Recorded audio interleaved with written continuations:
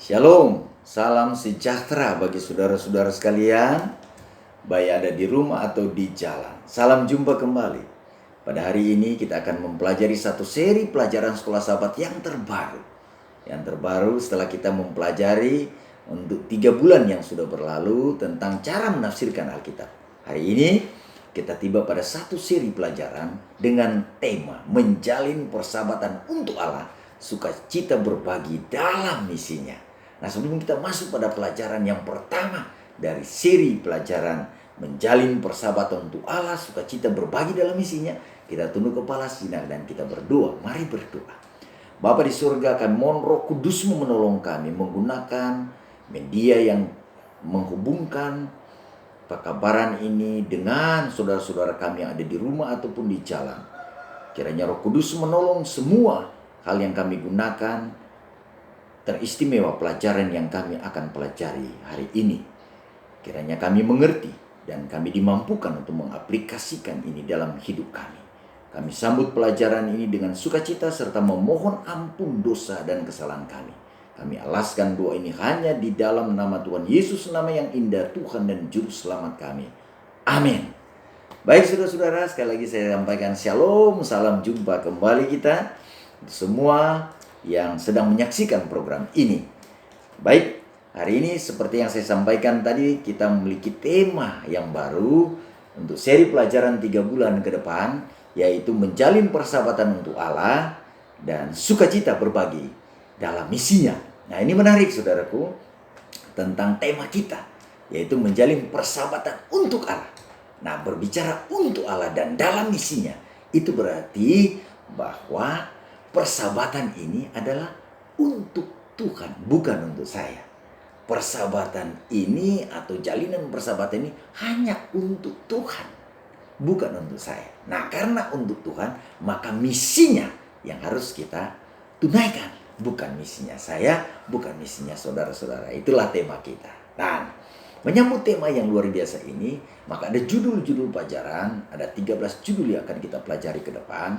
Dan judul yang pertama merupakan dasar ya untuk menjalin persahabatan lebih dalam lagi dengan Tuhan adalah judulnya Mengapa Saudara dan Saya Bersaksi. Nah, kita perlu tahu ini. Kenapa atau alasan mengapa saudara dan saya ini bersaksi. Nah, untuk mengetahui lebih jauh, kita baca dulu ayat temanya dalam 1 Timotius 2 ayat 3 dan ayat yang keempat. Apa yang disebutkan di sana?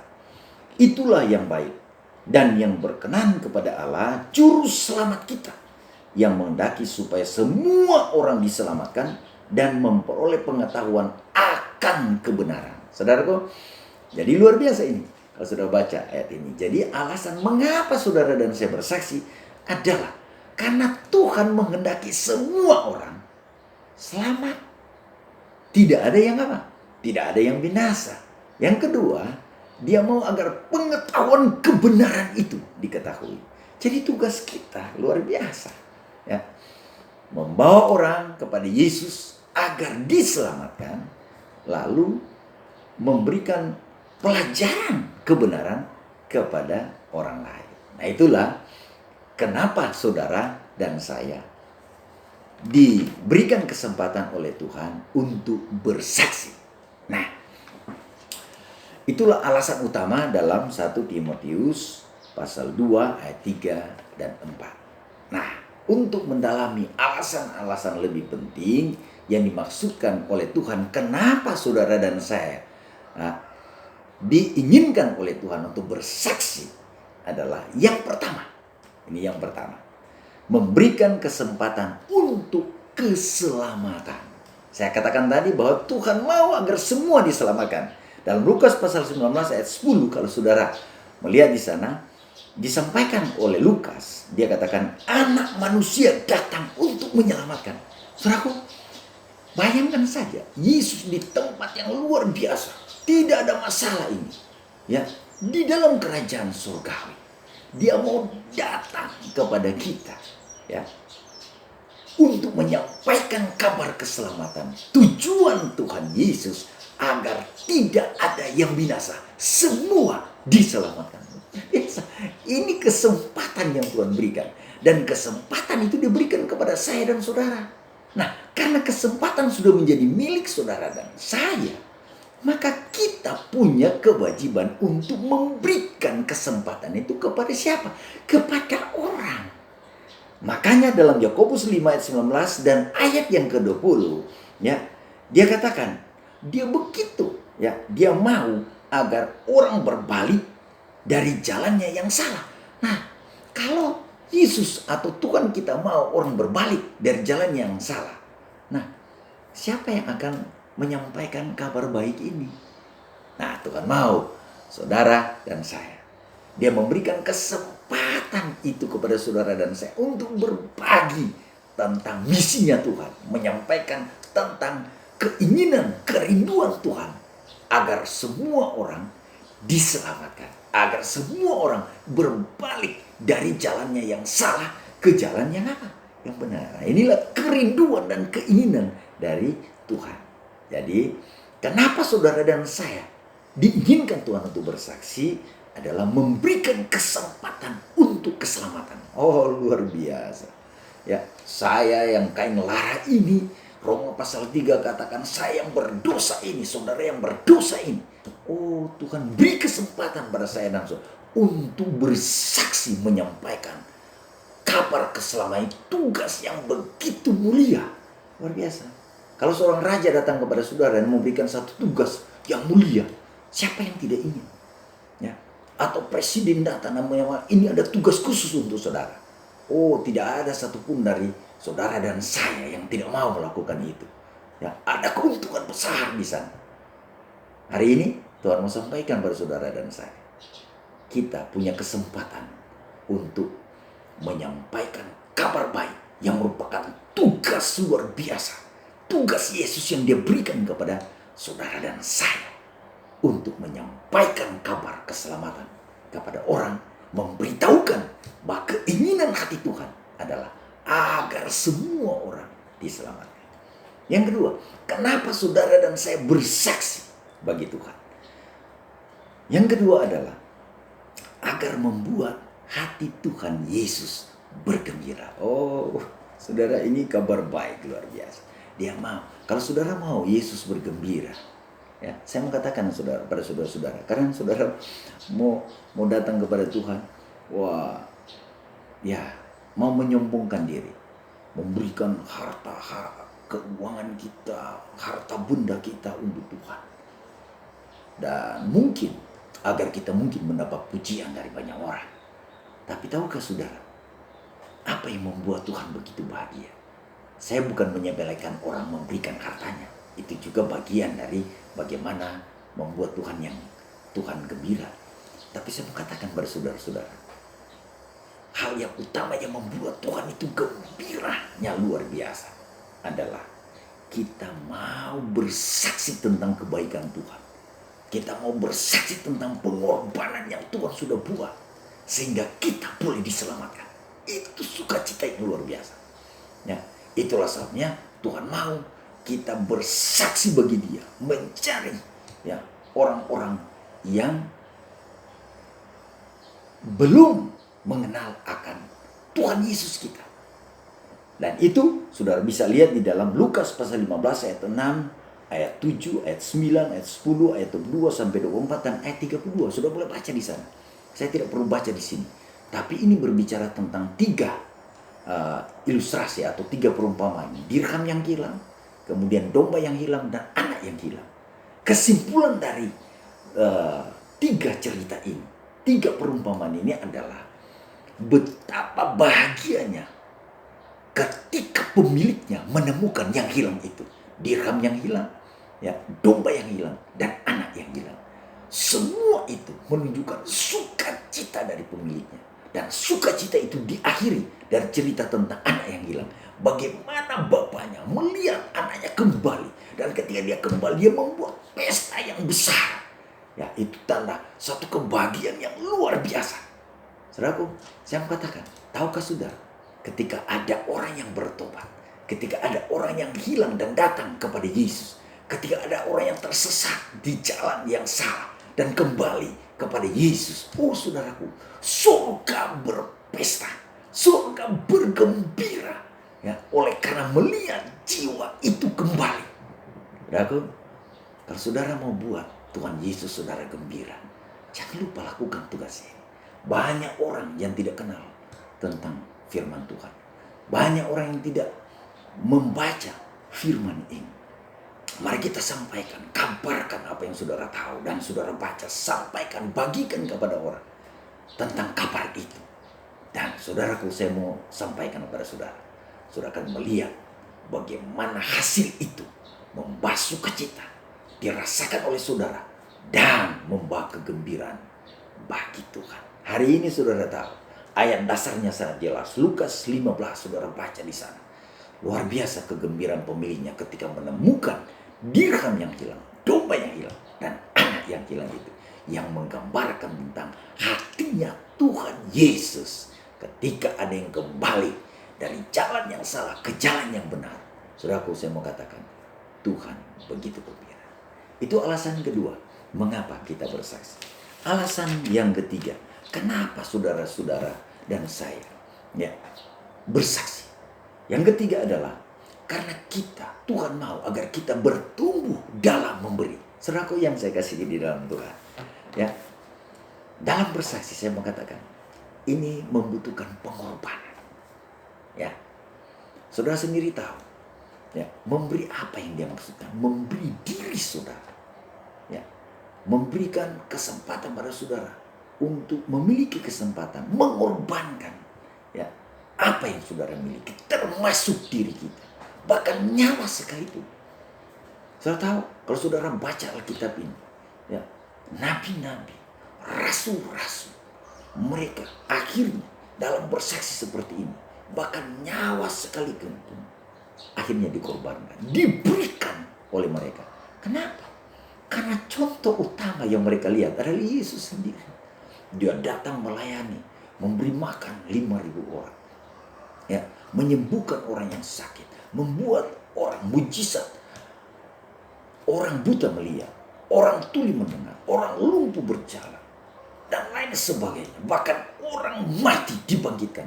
Luar biasa, ya. Tapi hasilnya dia menyampaikan kesaksian-kesaksian yang luar biasa. Akhirnya Yesus harus mengorbankan hidupnya. Dia akhirnya dipakukan di mana? Di salib. Saudaraku, saya mau katakan kepada saudara, ketika saudara mau memberi bagi Tuhan, kadang nyawa menjadi taruhan. Luar biasa. Dan itulah yang dicontohkan oleh Tuhan. Kita bertumbuh dalam memberi. Tapi kapan kita mampu mengorbankan nyawa kita? Kita harus mulai dengan bersaksi, menyampaikan firman kepada orang-orang. Akhirnya kita boleh dikuatkan dengan itu. Dan kalaupun nyawa menjadi taruhan, kita akan siap untuk memberi. Tapi kita harus dilatih bagaimana menyampaikan kabar baik kepada orang hari demi hari dalam hidup kita. Dan akhirnya orang boleh mengerti. Ya. Nah, jadi kenapa saudara bersaksi adalah untuk bertumbuh dalam memberi. Ada satu ilustrasi di sini tentang laut mati. Nah, saudara perhatikan laut mati. Nah, ini diceritakan. Kenapa disebut laut mati? Ya, atau dengan kata mati itu sendiri. Kenapa disebut mati? Laut tapi mati. Ada airnya di sana tapi mati. Kenapa? Saya bersyukur saya punya kesempatan untuk mengunjungi situs itu di Holy Land. Saya bersyukur, saya berterima kasih pada Bapak Joni Ratu yang memberikan kesempatan kepada kami, tim kami yang pergi dari divisi, uni, dan daerah yang sempat berkunjung ke tempat itu. Bahkan pendeta-pendeta jemaat. Waktu itu saya pendeta jemaat di Sentrum Saryo, dan saya bersyukur saya diundang oleh Pak Joni Ratu mengunjungi situs ini. Dan saudaraku, memang ketika saya melihat situs ini, saya memang agak melihat hal yang aneh di sana. Oleh karena ketika saya berenang, saya terapung. Ya, tidak biasanya terapung.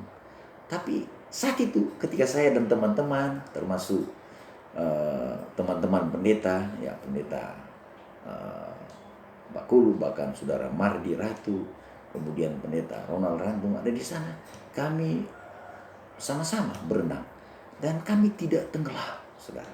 Kami terapung. Kenapa terapung? Oleh karena kadar garam dan mineralnya begitu tinggi. Ada sekitar 33,7% ya kadar garam dan mineral di air, di laut mati itu. Dan inilah yang membuat itu disebut laut mati, oleh karena sama sekali tidak ada kehidupan di sana. Tidak ada ikan yang hidup di laut itu. Ya, itulah sebabnya disebut laut mati. Nah, saudaraku, saya pikir saudara dan saya tidak mau disebut seperti itu. Kita manusia yang hidup, ada air di sana tapi mati. Hidup tapi mati. Bagaimana matinya? Tidak mau memberi hidup kita untuk bersaksi, melayani bagi Tuhan. Saudaraku, ini fatal. Dalam Ellen G. White Alpha dan Omega jilid 5 halaman 140 menyebutkan Allah sebenarnya dapat mencapai tujuannya dalam menyelamatkan orang-orang berdosa tanpa bantuan kita. Akan tetapi supaya kita dapat mengembangkan suatu tabiat seperti tabiat Kristus, wajiblah kita mengambil bagian dalam pekerjaannya. Luar biasa. Jadi saudaraku, memperkembangkan tabiat Tuhan dalam hidup kita, salah satu cara, bahkan cara yang paling ampuh adalah bersaksi bagi Tuhan. Menyampaikan kabar tentang Yesus. Bagaimana pengorbanannya, bagaimana dia mati, kasihnya yang besar itu. Kita sampaikan pada orang. Oh, saudara, akan tumbuh satu sifat, satu karakter hidup yang senang dalam memberi. Dan itulah yang Yesus lakukan. Dia senang memberi. Oleh karena dia mau bersaksi terus. Dan kita diajar seperti itu. Yang berikut, kenapa saudara dan saya bersaksi? Hal yang keempat adalah kesetiaan kepada perintah Yesus. Kesetiaan kepada perintah Kristus. Jadi kenapa saudara dan kita bersaksi? Kita kan telah mengakui bahwa Yesus adalah juru selamat kita. Maka loyalitas kita ya, harus diberikan kepada Yesus. Kita sudah mengakui dia sebagai juru selamat kita secara pribadi, bahkan secara kelompok, bahkan seluruh umat. Ya, tidak ada yang akan diselamatkan tanpa Yesus. Nah, mengimani hal ini, maka kita perlu ada sifat yang namanya loyalitas kepada perintah ini. Ya, kita perlu bersaksi bagi Tuhan. Ya, untuk orang lain. Kita perlu saksikan kebaikan-kebaikan yang dia telah lakukan melalui firman, kesaksian firman kepada orang. Kenapa? Sekali lagi, alasan dasarnya karena Tuhan menghendaki agar semua orang, tidak ada yang apa? Binasa. Inilah keinginan Tuhan, luar biasa keinginan Tuhan. Kalau saya mungkin secara manusia, ya egoismenya tinggi. Saudara-saudara egoismenya tinggi. Ya, kalau saudara diberkati, saudara tidak mau orang lain diberkati. Betul kan? Ya itulah kita sebagai manusia yang berdosa. Roma pasal 3 sebutkan kita sudah jatuh semua ke dalam dosa. Dan itulah kita. Ya. Semua keuntungan kita mau yang saya saja. Ya, atau saudara saja. Tidak untuk orang lain. Tapi Yesus saudara. Yesus saudara, saya mau katakan. Dia mau semua keuntungan itu. Ya, dia mau semua ya kepemilikan surgawi menjadi milik saudara dan saya. Luar biasa. Ini Tuhan yang ya boleh dikatakan Tuhan yang ya mungkin bagi orang lain Tuhan yang aneh. Tapi itulah Tuhan kita. Tuhan luar biasa. Dia mau memberikan yang terbaik dan terbaik untuk saudara dan saya. Ya.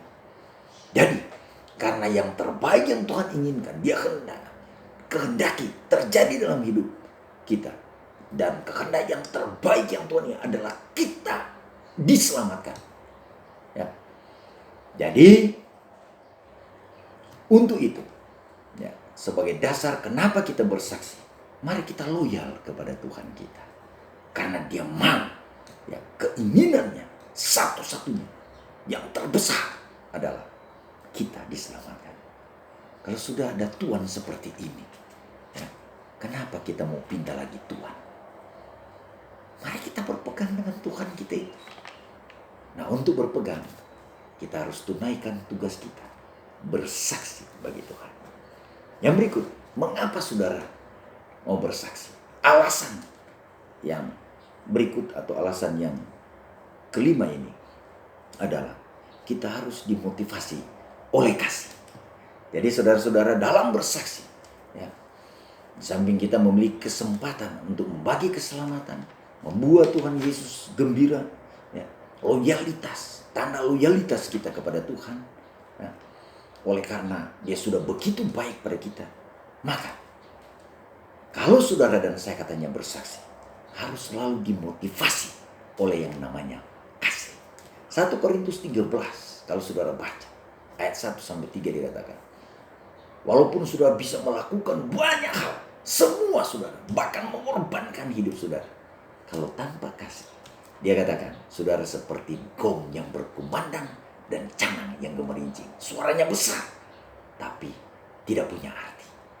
Untuk berarti saudaraku, kita harus dimotivasi oleh cinta dalam menyampaikan kabar saudara. Saya mau katakan, Yohanes 3 ayat 16 katakan, karena begitu besar kasih Allah akan dunia ini, sehingga Ia memberikan anaknya yang tunggal, Yesus Kristus, menjadi kurban bagi kita, sehingga setiap orang yang percaya kepadanya tidak binasa, tapi memperoleh hidup yang kekal. Saudaraku, hanya kasih yang memotivasi Tuhan. Yesus dimotivasi oleh kasih. Saudara, kita boleh lakukan ini bila mana kita dimotivasi oleh kasih. Kasih tidak ada yang bisa membendung bila mana saudara kasih. Bahkan ketakutan kehilangan nyawa pun tidak akan bisa membendung jika kasih yang memotivasi kita. Sekali lagi saya mau katakan, dalam bersaksi bukan hal yang mudah. Kadangkala menuntut taruhan nyawa saudara. Dan itulah maksud yang Tuhan inginkan, kita bersaksi. Bukan sedikit misioneri-misioneri di tempat yang tidak mengenal Tuhan dan akhirnya mati. Tapi kenapa mereka mati? Karena mereka dimotivasi oleh cinta. Mereka tidak melihat maut itu sebagai halangan. Mereka tidak melihat kematian itu sebagai, mereka tidak melihat sakit penyakit yang akan membawa kematian sebagai halangan. Mereka tidak melihat tantangan yang mungkin begitu berat sebagai halangan. Karena mereka dimotivasi oleh kasih.